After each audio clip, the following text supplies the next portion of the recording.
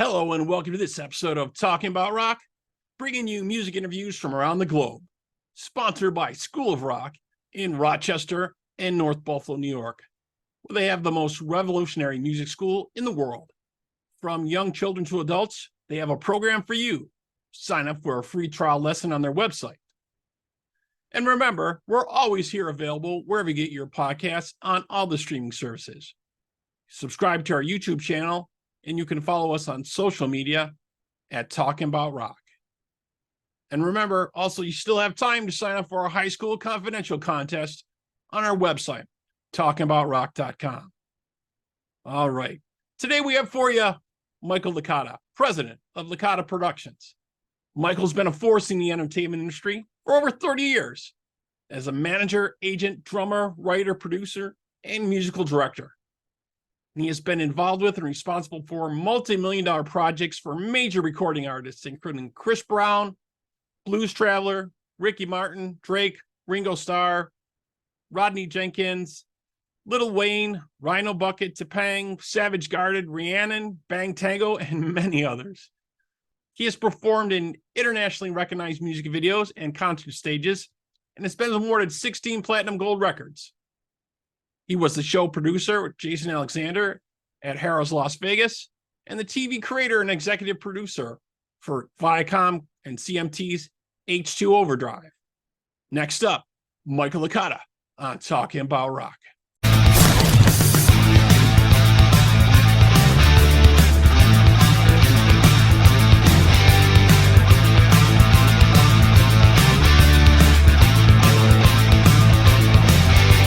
Okay, we now have with us Michael Licata, president of Licata Productions. Hello, Michael. Thanks for joining us. How are you today? Great, great. So you've been a force in the entertainment industry for 25 years, and you originally started here in Buffalo, New York. Yeah.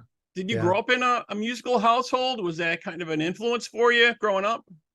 You know, it's funny because I didn't. And my dad had records. I would listen to Sinatra and Louis Prima and Johnny Mathis and Tony Bennett on his record player, but nobody else is musically inclined. So I don't have no idea how I figured it out as I went along my way. But yeah, school of hard knocks. When there's no nepotism, when your last name isn't Bruckheimer, you have to figure it out yourself. Well, from what I've read, you were beating on paid cans like when you're 8 years old, and then they decided, well, maybe they should get you a drum kit, a snare. Where did you find that? Google's a mysterious place, isn't it? Yes, Is it yes. Really? That's exactly it. My mom has pictures still of me beating on paint cans, and then they surprised me with a little drum set and immediately put on the Tom Jones records, and I tried to play along at 8, but I had a good sense of time. Right off the bat, but took forever to be able to make my way around a drum set. And then I was reading you switched it over to guitar there for a while, right? Well, the guitar lasted about 10 days. I just thought the guitar players got the girls, and my mother threatened me with death because I was already 3 years into drum lessons, and I just wanted to be out front and be cool. Right. And she said, no, that's it. And then I realized drummers, you don't, as long as you're playing any instrument, you'll be a popular guy at a party. You'll still be good. Yeah. So then you went to your first band, I think at 13, you had Tide, and you changed that to Grimace. Oh my gosh. Right. And then I think you started. Where does this exist? You started playing. There's some old interviews kicking around. I do my research here for our guests, That's great. Yeah. Tide and Grimace were, I was 13, and I went to Kim Maurice High School. And then we went and we played the dances at the two little schools, Ben Franklin and Herbert Hoover, with the junior high. Right. And that's the first time I was ever like on stage and felt the power and the magic of having drumsticks in your hands or being on a stage. And that was a game changer, because it's different than playing on your practice pad or your drums with mom and dad and your cousins going, he's so great. Right. Little girls yelling at you. And then I came out at Franklin. I'll never forget this. And I sang Johnny Be Good. And that was a whole different animal, especially because I sucked and couldn't sing.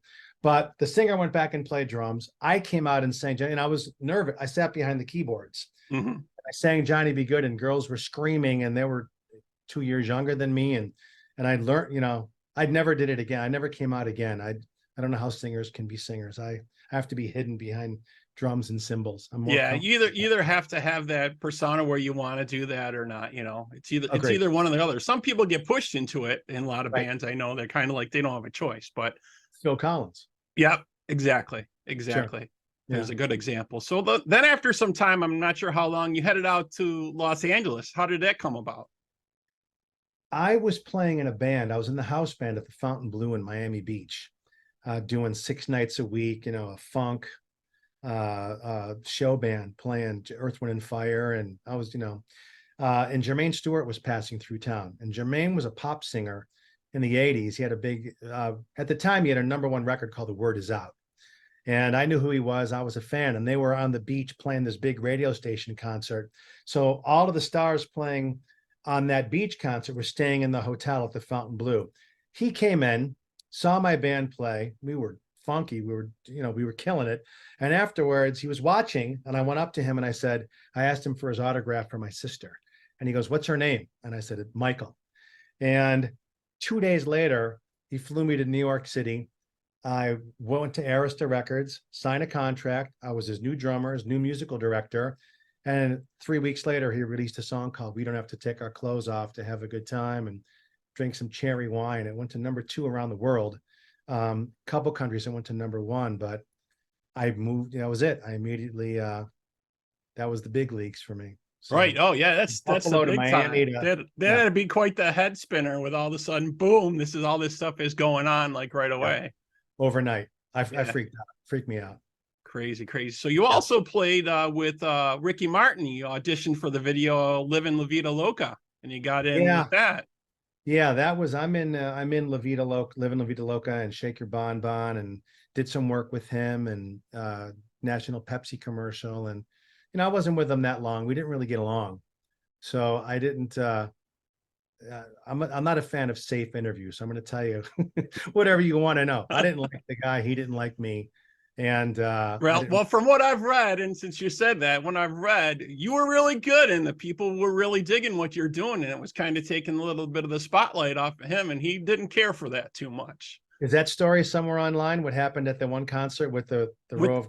Yeah, with the Wow. you had a lot of girls or something, I think, digging what you were doing. And hey, that was probably one of the hugest audiences you've ever seen. He was really big back in the day, Yeah. So Yeah. And we but never spoke again after that show. We never spoke. you were a little too good for Ricky Martin's band. The thing is, it wasn't me. It was just I was the drummer. Any Right? drummer is going to get attention if you're energetic and you hit hard, and you're gonna get love from the fans. And he didn't like that there was a row of girls, people yelling, and I'm like, "Pal, you got 3 houses, and just leave me alone." Like, Right. This is my 15 seconds. Give me my 15 seconds or give whatever me it's my going to 50. be, right? Yes. But yeah, Yes. yeah. But I either way, I hear mean, everything was cool in the beginning, and then we just had a bit of a minor falling out. I hear, he's a nice guy to other people, but I didn't really care for the music. I never misjudged a hit record so badly in my life. We shot that video for La Vida Loca. Prince had a club in LA called Glam Slam. We Mhm. shot it at Glam Slam. And I've been a sucker for 3-minute pop songs since I was a kid. I can hear a song in 15 seconds and tell you if it's going to be a hit. I had those ears. I love great pop records. And while we were shooting that video, I thought it was a horrible record. And I just kept thinking, buddy, you better save your money because this is garbage. And I was never so wrong. I mean, that song and his career just catapulted the whole Latin music movement. From that came Cheyenne and Enrique Iglesias and J-Lo and Mark Anthony, and it was a whole movement, and it started with him. Yeah, So it was 4 weeks just later, we came back and did Shake Your Bon Bon, and everything changed. It was like Beatlemania. It was crazy. yeah, just at the right time, the perfect storm type of thing happening, and hit with that. And of course, all the ladies want to dance to that song, and that's Sure. just drove it Yeah, it was the home song of like the summer. crazy. Yeah. Excellent. So you moved on some other acts after that, and you also played with Rhino Bucket. Yeah. That's a funny story because I've always loved that band. And there was a time, I think I played with them in 2011, 2012. And that's what I grew up with. AC/DC, old AC/DC with Bon Scott's my favorite. The Def Leppard album, High and Dry, just before they broke, with Mutt Lange producing. Yeah, he's amazing. Just amazing. Yeah, amazing. That's where I come from, the school of Black Sabbath with, the 2 Dio records. I mean, that's the stuff that I love. So I was managing, that's what I'm kind of a entertainment consultant now. I manage, and I'm a booking agent. I'm producing music, but so now I'm a consultant, and but kind of back in the day, I was getting too deep into management. I said, I just need to rock. I need to play my drums again. And I said to myself, who do you want to play with? And I said, well, Phil Rudd's not going anywhere in AC/DC. Right, right. Joey Kramer's not going anywhere. And well, now he is, but back now then, he is. No, yeah, but right, no, yeah. And my third favorite band was Rhino Bucket, and I said, I'm just gonna, the majority of things that have happened to me in my life is because I went to get it. I've never sat home and the phone rang and, it's Angus. Come on, it doesn't work that way. Doesn't work that way. You got to go after it. You got to go after it. So I said, who's my third favorite band? Who would I want to play with? And I said, I love Rhino Bucket. I found George, the lead singer, on Facebook, and I sent him a message, and I just wrote, this happened like on a Wednesday night at 7:00. Dear George, my name's Michael. I sent him a video of me playing drums. I used to play with a group called Bang Tango. Right. And I sent him a video of me with Bang Tango. And I said, if your drummer ever gets hit by a bus, I'm your guy. Love the band. And 5 minutes later, he wrote back to me and he said, did you know we were looking for a drummer? And I'm like, how in God's name is this happening? I said, no, because the drummer at the time is Simon Wright. Oh, okay. Was in AC/DC and Dio, and I was a big fan of Simon. And I was kidding. I don't want to see him get hit by a bus. I was just being a wise guy to get his attention. Right. And he says, Simon's leaving. We're having auditions tomorrow. Can you make it? I go, where? Where do you live? He said, I'm in the Valley. I used to live in Hollywood. And I said, oh my God. I said, what time? And he said, can you be at this place at 2:00? And I go, what do you want to play? And he gives me the 4 songs. And I said, and I knew them all. They were the hits. I go, look, challenge me. Give me some B-sides. I know those songs. Let's do something different. And he laughed. I went to the rehearsal the next day, and it was this beat down place. And I'm like, I can't believe I'm here with Rhino Bucket. Got up and played. It was a freight train. I knew that we were killing, that it was a pocket. It was grooving. It was just great. And before I left, I said to them, to make a story longer, I said, guys, whether you hire me or you don't hire me, this has been a thrill for me. I said, I'm going to be at your next show. I'm going to either be behind the drums and we're going to be punishing an audience, or I'm going to be in the front row with a beer in each hand with a Rhino Bucket t-shirt. Either way, this has just been a thrill of a lifetime. And he goes, okay, well, we got a couple of the guys to look at. And if, maybe we'll call you. I said, right. So I get home 3 hours later and I see George on my caller ID. And I pick it up and I laughed. I didn't even say hello. I chuckled. And he said, do you have a passport? And I said, what happened to the other guys you were looking at?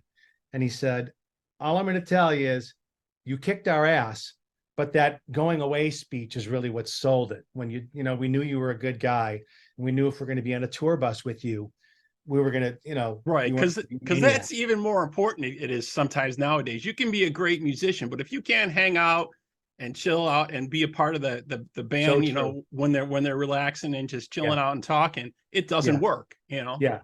100%. You could be the greatest musician in the world, but if you're a jerk, nobody wants to be around you. What's the point?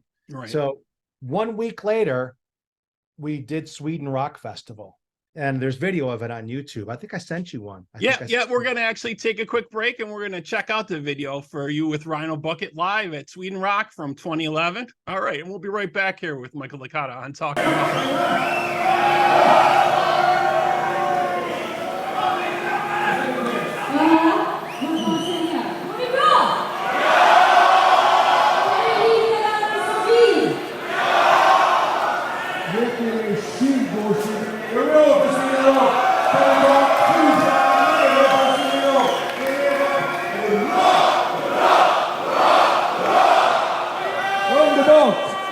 Nu ska vi få se ett band från Kalifornien och vi ger er till Rhino Bucket!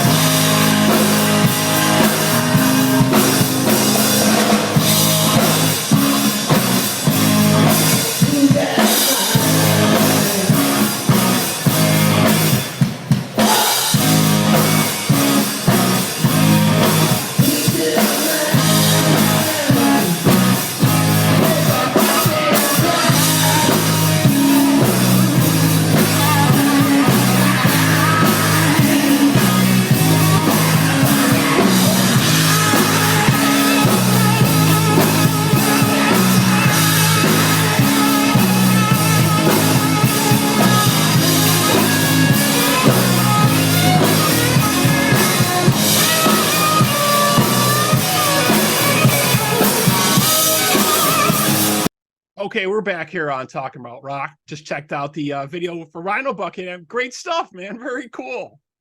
That show it was overwhelming for me, because a week earlier I'm sitting in my little office in my little apartment in Hollywood going, what am I going to do with my life? I'm sick of being a manager. Fast forward 7 days. And on that bill at Sweden Rock, there were 22,000 people on that video you just saw. We were on the same bill with Judas Priest, Whitesnake, The Cult, and Ozzy. Oh my God, that's amazing, Bill. And we were the opening band, of course. But I saw David Coverdale. He's standing on the side of the stage and he's watching us. And I'm up there playing going, how did this happen? I'm just this little dude from Tonawanda, New York. Whitesnake's watching, Ozzy's headlining, and I'm playing with one of my favorite bands. So, yeah. What an amazing time. Very cool story. So then you got back into management after that. And I think you went on to working with Rihanna and Chris Brown, or was that maybe farther on down the line? Yeah, that was Rihanna and Chris Brown was just a little bit after that. Chris Brown was on a tour. The single was called Kiss Kiss. I knew him when he was always a nice guy. And he was really down. I don't know what he's like now, but he's really humble. And this was before he had problems with her. I was there the day that he met her. They brought her in and she did a duet with him. I directed a video between the two of them. And I had a business partner at the time, and we used to build sets, custom sets. And Chris, we met him on his tour bus with his manager and, one Fresno, I think. And he gave us an idea for what he wanted his set to look like, because he was going to go on a bigger tour when the next album came out. And my partner went back and he did all the designing. Then we go back and I was a liaison to the client, and we would change whatever they wanted. Right. And fixed it and dialed it in, then built it in an airplane hangar at this place in Burbank. We stayed with them for 2 weeks while they rehearsed, went on the road for a week to make sure nothing, imploded. Right. It's like sending your kids off to school. Go be free. Right. It all works. Just keep it together. Yes. So Chris, he did a video, and he showed Rihanna on some mirrored screens, some big mirrors. And she would duet with him because she wasn't there on tour. And I shot the video between the two of them. She would appear, they duet together, and there's pictures of that exist. Me telling Rihanna what to do. That's very cool. Very cool. Oh, yeah, that was a huge. Never remember me. We weren't that close. Right. Well, yeah. So, she meets hundreds of people a day. I'm sure. Yeah. So you also worked for a company that created a reality show and sold it to CMT Television. Can you tell us a little bit about that? How do you know this? This is crazy. Yeah. About 8 years ago, I got sick of music and I wanted to go dive into television, and I knew nothing about it. So I wasn't afraid. And I formed a production company with Michael Davenport, a dear friend of mine. And we created a show called H2 Overdrive, and secured all the talent, and we sold it to CMT, Viacom. And it was about, quickly, it was about, the NASCAR drivers on water. It was like, the boat drivers that drive those cigarette boats in Florida that go 200 miles an hour. Right, like speedboats and stuff. Yeah, speedboats, exactly. So it was the story of 3 teams. We sold it to Viacom. The pilot test, I had my own office on the lot at Universal. After we sold the pilot, next to Desperate Housewives, I'm waving to Eva Longoria as I go into work every day. And I was there for a couple months. The pilot tested well with the focus group. And they still didn't pick up the episodic option because they said it was too expensive of a show to make. And they held on to my rights for 11 more months, and they wouldn't let it go. So nobody else would pick it up because I couldn't get away. They wanted to see if they could produce it cheaper or do something else with it, I guess, huh? They wouldn't even take my calls. I don't even know if they were ambitious enough to do that cheaper. They just love to sit on it and own the intellectual property. With that said, I'm waving goodbye to Eva Longoria with my cardboard box, like Steve Martin in The Jerk, leaving Universal just as quick as I was there going, hi, how are you? Right. So that was my experience in television. I was like, let me go back to music. At least I can see the piranhas coming at me. I dove into TV and film, did well, sold a show as a creator, executive producer, and I never looked back. So right. Actually, then you got into some other stuff too. I think you did a Behind the Drums with Ringo Starr actually also too, right? Yeah. It was that's a funny story too. I was working with Ricky Martin. I got a phone call and a lady just said, is this Michael Licata? And I said, yeah. She says, the Michael that plays with Ricky Martin. I said, yes. And she said, "You're hired." And I said, "With who? For what?" She said, For what? It's a National Century 21 TV commercial to start. And she goes, "But I can't tell you who it is." And I said, "Well, if you're not going to tell me, I'm not interested." And then they told me what I was getting paid. And I'm like, "What time and what should I wear?" Right. Right. They were really secretive about who the talent was, because this was right around the time, this was 2001, 2000. Do you remember when the maniac broke into George Harrison's house? Yeah. Oh, yeah. Crazy Yeah. guy. And he stabbed him Right. Yeah. badly. Yeah. Then the wife hit the guy over the head with a lamp and knocked him out. But apparently, security around the remaining Beatles got even tighter right around Right. that. Oh, I'm sure. I'm sure. So she says, "Hire a bunch of guys that are just like you." Just because I'm living La Vida Loca, I could have been some Manson family member, but I was okay because I'm shaking my bonbon. So I said, I hired a couple guys from Ricky Martin's band. The next morning, we were at a house in Pasadena. That was the set. We were shooting in a living room, and the director comes. None of us know who the guy is, and the director says, "When the talent comes to the set, you do not look at him. You do not talk to him. You don't look at him." And we're all like, "Who is this guy?" Right. A couple actors and musicians I know are like that. They don't want eye contact. They want their space. Yeah. Yeah, I can't, I don't. So we're there 5 hours setting it up, cameras, lights, blah, blah. And we still don't know who it is. So then through the walkie-talkie, they're all like, "Everybody's set, you're all in place?" I said, "Yeah." And through the walkie-talkie, the director goes, "Bring Ringo to the stage." And I said, "What did he just say?" And I looked at the bass player. I go, my friend Michael, I go, "What did he just say?" And Ringo Starr walks in, and he's 9 feet away from me. And he looks at us and he goes, "Hello, band." And he's looking right at me, the drummer, because he was the singer in the commercial. That's on YouTube also. And I said, "Hey, Ringo." And that was it. It started a bit of a nice little relationship. Again, I don't know if he'd remember me now, but he was so unbelievably cool. His wife, Barbara, was great. And you meet people along the way in my life, and I'm sure you have too, the one-hit wonders, the Right. ones have a song that's number 38 on the charts, and and it dies. They're always the biggest assholes. When you meet somebody like Ringo Starr, or 15 years ago, a friend of mine was friends with Johnny Mathis. Jermaine Stewart was friends with Johnny Mathis. He played Melody Fair in Buffalo. I flew home, took my mom and dad, and we're backstage. And that guy's been a legend since the mid-50s. Right. Right. Sat there and talked to my mom in the dressing room, talking about recipes and talking. He was the nicest, coolest guy. Legend. I heard Garth Brooks. I've never met him. I hear the guy is incredible. So, yeah. Yeah. The one thing I've really, really learned, and I've watched a lot of people perform, and I've tried to navigate a little bit of it myself, but if they realize, they can have that relationship with their fans and just talk with them, that's huge. Yeah. Right. That's huge, because that's where everything's at right now. It's all going to concerts, selling merch, selling their brand, and selling themselves. Right. As a person, as someone, like, if you hate this person, you're not buying their t-shirt. Right. You know what I mean? You're not going to their shows if this guy's a jerk, no matter how much you like their songs. Right. So even if he is in real life, you don't better not find out about it. Right. You better be cool.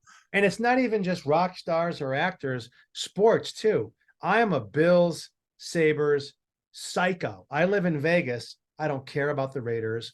I don't care about the Golden Ducks, Golden Knights. What are they called? Golden Knights, I think. Golden Knights, yeah. Whatever. I live 4 blocks from the stadium. I don't care about any of them.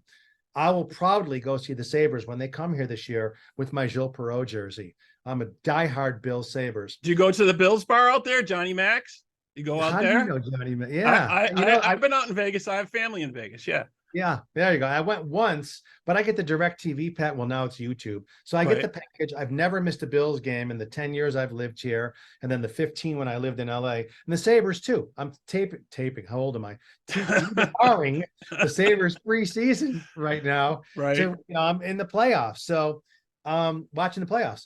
So I'm, when you see every morning I'll wake up when I'm having coffee, I'll go to Google, type in Buffalo Bills and see what moves Brendan Bean has made or see what's going on. And it's just an obsession. The older I get, the more I love the Bills. And when you see Stephon Diggs walk out and he pulls his nephew out last week, they showed, and he's playing catch or he's throwing the ball up in the crowd, I'm like, that is so cool. It's just, Josh is so cool with the fans. And I'm a Bills groupie. So forget the rock stars. I'm just when they're cool and they're approachable, you're right. It's a lifestyle you're embracing. Right. You love the Bills. You love Elton John or Yeah. AC/DC or And they've whatever. gotten rid of bills that weren't so nice to the public or had kind of a bad background on doing things. You know, they booted them, even if they were good players. Yeah. You know, they Yeah. still got rid of them because they weren't a good fit for the Well, the team. perfect example is Cole Beasley. Yeah. I mean, I liked him, and Good player. Good he player. should have kept his politics to himself because Right. he became disruptive. Then he came back, and it just still lingered over. And you can't take away from the guy's talent, but Right. sometimes you just need to be Switzerland and not to the point that you're compromising your integrity, but Right. at the heat of COVID, he was on his soapbox pissing off the heads of the NFL. Yeah. So we have enough to worry about in Buffalo, still recovering from wide right. So, Yeah. We won't live that down until we get to the Yeah. Super Bowl. You know, Yeah, that will agreed. never happen. So Yeah. we're always hopeful that things will go better for our teams here. You know, never Yeah. say die. Definitely, Yeah. definitely. So what do you have going on now? You've been so busy with all this other stuff. Can you maybe tell us a little about maybe who you're currently working with or management or what projects you got going on? Cool. Right now, I guess you could call me an entertainment consultant. What I really kind of do is I like to slide in under the radar and help where I'm needed. And I never do this. I've never done this before. I think I told you earlier. I manage talent. In the past, I've managed Blues Traveler. I've managed the Plain White Tees. And a couple other bands. And I like to stay in the background. Last year I was managing a pop singer, Matt Goss, out of the UK. And Matt used to tell me, he said, I love how you, let me think exactly how he said it. He goes, I love how you don't, you don't get in the way. You're not trying to shine. So whenever we would go places, I was in England 3 times last year. We recorded a new album. He sold like 23 million records a bunch of years ago. And we made a new album that was brilliant. Went into the UK Billboard charts at number 7. We sold out the London Palladium later that week. And, I had a great time with him. But he always said, you don't need the attention. And I said, brother, I would always rather be Brian Epstein off to the side watching his Beatles than have to be there, waving a flag going, look what I did. No. Yeah. Maybe you come up with an idea every once in a while and say, hey, maybe you want to try that, or maybe you want to try this. But yeah. Yeah. So if you see my social media, I think there's one video where I'm at a Christmas event last summer with my son, who's now 7, and I speak. I'm just JPEGs. I never do my own videos. This is the first time I've ever actually been on speaking, telling stories. So if I'm choppy or I suck, I apologize. But back to what I'm doing right now, I'm managing a couple bands, a group out of Disney called Fat Cat Swinger. They're awesome. It's Big Bad Voodoo Daddy meets Michael Bublé meets Bruno Mars. Oh, amazing. They're killing it right now. I'm working with Femmes of Rock still. It's actually my ex-wife. We worked on this group together years, and we split, but we have a 7-year-old son, and we're closer now as friends than when we were married. And she's a badass, great electric violin player. And we've opened up for Cheap Trick and Bad Company. And so I'm kind of helping her with some bookings right now. And I'm a booking agent. I book bands. I've got venues around the country. I'm a music producer. Currently, my girlfriend, Janine Valentine, is working with a dear friend of mine, Rodney Shelton. He's a Grammy-nominated producer. And we're going to Charlotte to start working on her new album. The end of October, beginning of November, he's going to be producing her, and I'll be sticking my nose in where it's not needed as a co-producer, hopefully, if he lets me. And she's awesome. And then every once in a while, some drumming thing will kind of drop in my lap. I just played with the Femmes of Rock at the Riviera in Buffalo in June. Oh, I missed that. Oh, I wish I knew you. I could have been there. If you come back again, you give me a buzz or give me a tweet or whatever, and let me know.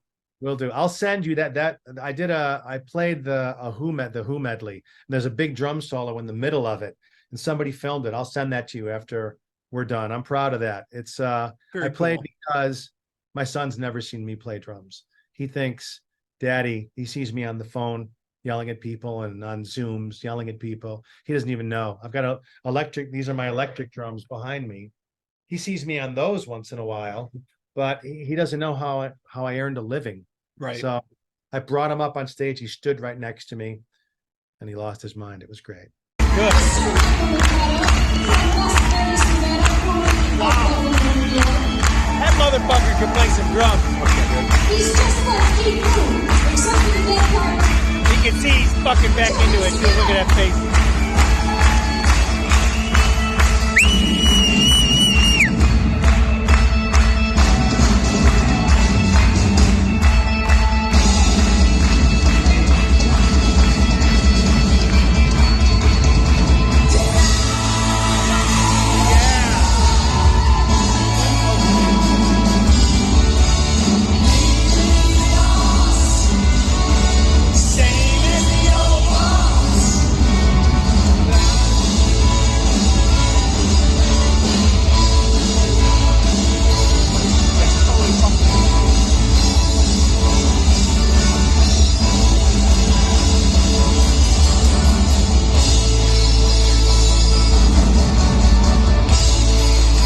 Fucking good.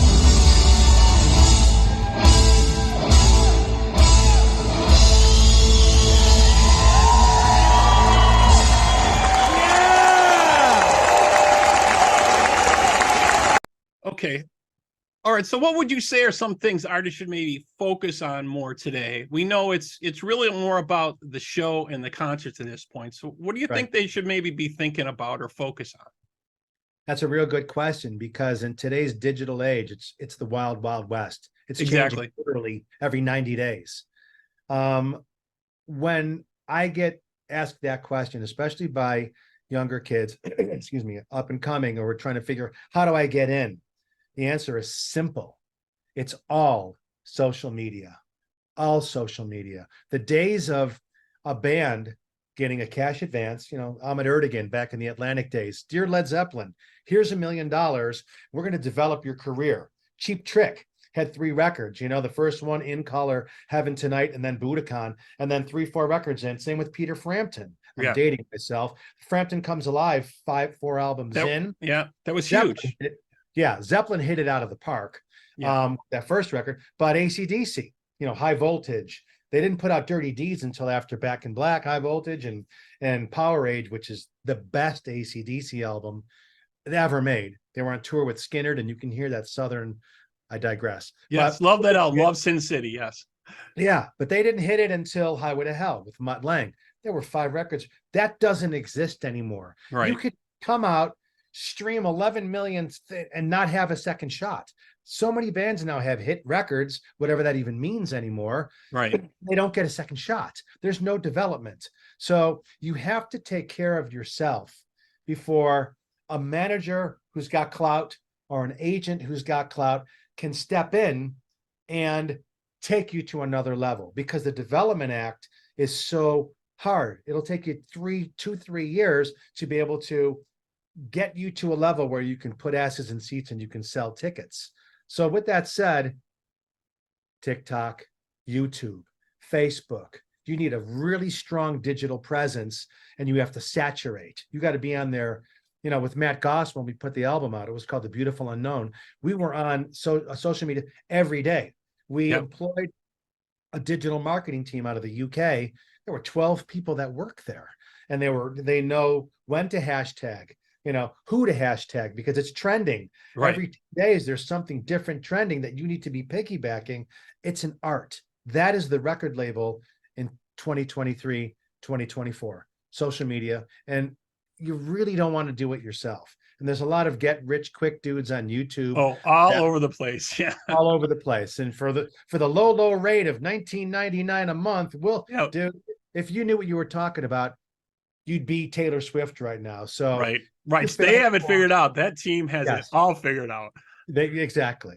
So if anybody out there needs help or advice, or call me, find me on social media, and I'm more than happy to help. But the answer is build your own brand as best you can. And then it's driving ticket sales. It's driving publishing. If you can get sync, songs in commercials and films, there are a lot of guys out there, companies that do that. Yeah. And merchandising at shows. That's how you make money in today's world, primarily touring. But you can't tour unless you've done the work to raise your awareness. Yeah. And one other thing to follow up with, I asked Michael Brandvold this last week. So now there's kind of a different scenario where they're trying to put out things digitally, right? Some people Yeah. put out like a couple tracks, on Spotify, what have you.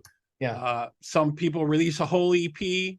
Sure. Some people release like just a video, and then they release another video. There are all kinds of different formulas Sure. that they seem to be trying now. We're almost back to like where it started, right? Where you release a single, and Right. then if that did good, maybe you got another single, and then you got what Yeah. they used to call the album out, right? But Sure. now it's like all kinds of different stuff.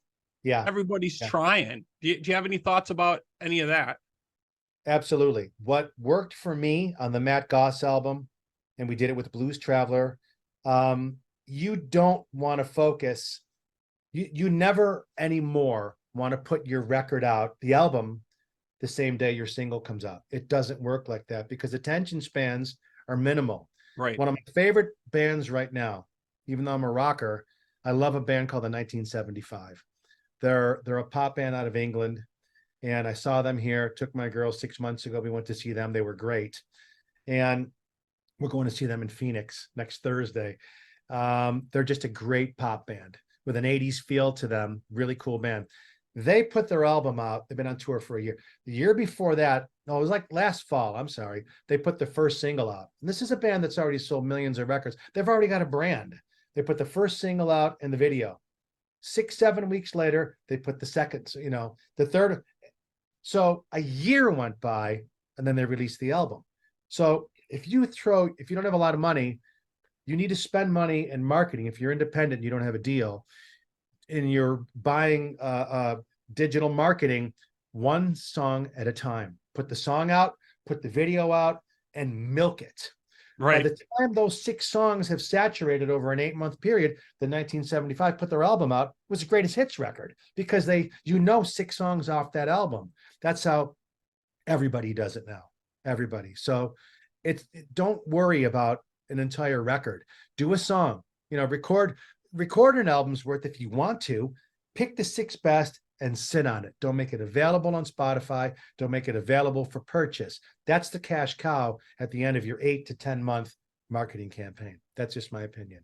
Excellent. Well, I want to thank you so much for being with us today. It's been great. So if people want more info about you and your production company, how should they reach you? Just on social media or your website? Or I don't have a website. I'm on Facebook and I'm on Instagram. And I think I have a Twitter campaign or X, whatever it's called this week.